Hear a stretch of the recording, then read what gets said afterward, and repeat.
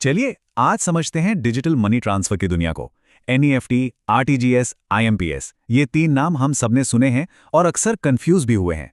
पर फिक्र मत कीजिए, आज इस पूरी गुत्थी को सुलझाते हैं। ये सिचुएशन तो हम सबके साथ हुई है ना? ऑनलाइन पेमेंट करने बैठो और सामने आ जाते हैं ये तीन ऑप्शन, निफ्ट, आरटीजीएस या आईएमपीएस, और हम सोचते हैं कि भाई चुनना कौन सा है, इनमें असल में फर्क क्या है। बस आज इसी सवाल का जवाब ढूंढेंगे। तो शुरुआत करते हैं इनके नाम और मतलब से, क्योंकि सच तो ये है कि इनके फुल फॉर्म में ही इनका आधा राज छुपा है।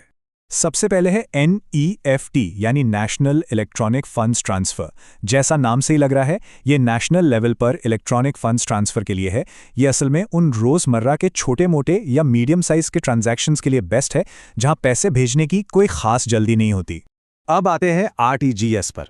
इसका पूरा नाम है रियल टाइम ग्रॉस सेटलमेंट। इसमें सबसे ज़रूरी शब्द है रियल टाइम। इसका सीधा मतलब है पैसा भेजा और उसी वक्त पहुंच गया, बिना किसी देरी के।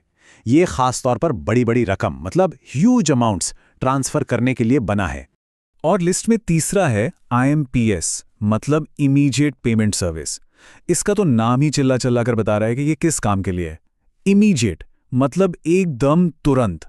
जब भी फॉरेन या इमरजेंसी में पैसे भेजने हो तो IMPS ही इसका जवाब है। ठीक है, तो नाम से इनका मकसद तो काफ़ी हद तक क्लियर हो गया, लेकिन असली खेल तो रफ्तार का है। चलिए अब इनके बीच स्पीड के फ़र्क को समझते हैं, क्योंकि पैसा कितनी जल्दी पहुंचता है ये जानना बहुत ज़रूरी है। देखिए, मोटे तौर पर इनकी स्पीड को हम तीन कैटेगरी में रख सकते हैं। एक है जो बैचेस में काम करता है, दूसरा रियल टाइम में, और तीसरा तो बस कुछ सेकंड्स में ही काम कर देता है। देखते हैं कैसे। हाँ, तो यहाँ देखिए, NEFT जो है वो बैचेस में काम करता है। इसका मतलब ये है कि बैंक सभी ट्रांसफर्स को इकट्ठा करता है और हर आधे घंटे पर एक साथ भेजता है। इसीलिए इसमें 30 मिनट से लेकर कभी-कभी 2 घंटे तक लग जाते हैं। दूसरी तरफ आरटीजीएस है जो रियल टाइम है, मतलब कोई इंतजार नहीं, पैसा सीधा पहुंचता है। और IMPS, अरे वो तो फौरन कुछ ही सेकंड्स में अपना काम कर देता है, एकदम इंस्टेंट। स्पीड तो समझ आ गई।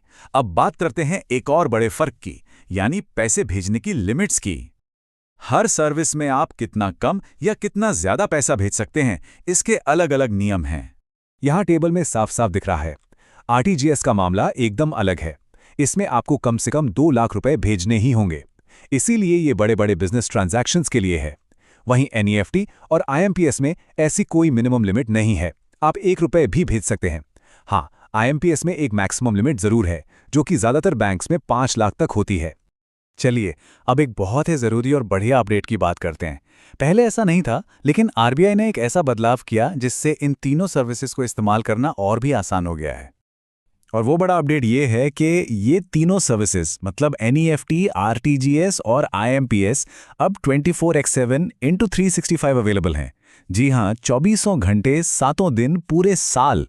अब कोई बैंक की छुट्टी या रात दिन का चक्कर नहीं, जब चाहें तब पैसे भेजें। तो ठीक है, हमने नाम, स्पीड और लिमिट्स सब कुछ समझ लिया। पर अब सवाल ये है कि असल जिंदगी में कब कौन सा ऑप्शन चुनना सही रहेगा। चलिए इसे भी आसान बनाते हैं। सिंपल सा रूल है, अगर पैसे भेजने हैं और कोई जल्दी नहीं है तो आराम से NEFT इस्तेमाल कीजिए। अगर मामला 2 लाख से ऊपर की बड़ी पेमेंट का है, जैसे कोई प्रॉपर्टी डील या बिजनेस पेमेंट, तो बिना सोचे RTGS चुने।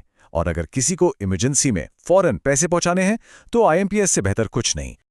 और ये देखिए, ये है फाइनल चीट शीट। एक ही जगह पर सब कुछ, speed, minimum amount, maximum amount और अवेलेबिलिटी। अगली बार जब भी पेमेंट स्क्रीन पर कंफ्यूजन हो, बस इसे याद कर लीजिएगा, काम आसान हो जाएगा। तो अब NEFT, RTGS और IMPS के बीच का फर्क एकदम साफ है। लेकिन जरा सोचिए, अब जब पैसे भेजना इतना इंस्टेंट हो गया है, तो डिजिटल मनी की दुनिया में अगला बड़ा बदलाव क्या हो सकता है? ये सोचने वाली बात है।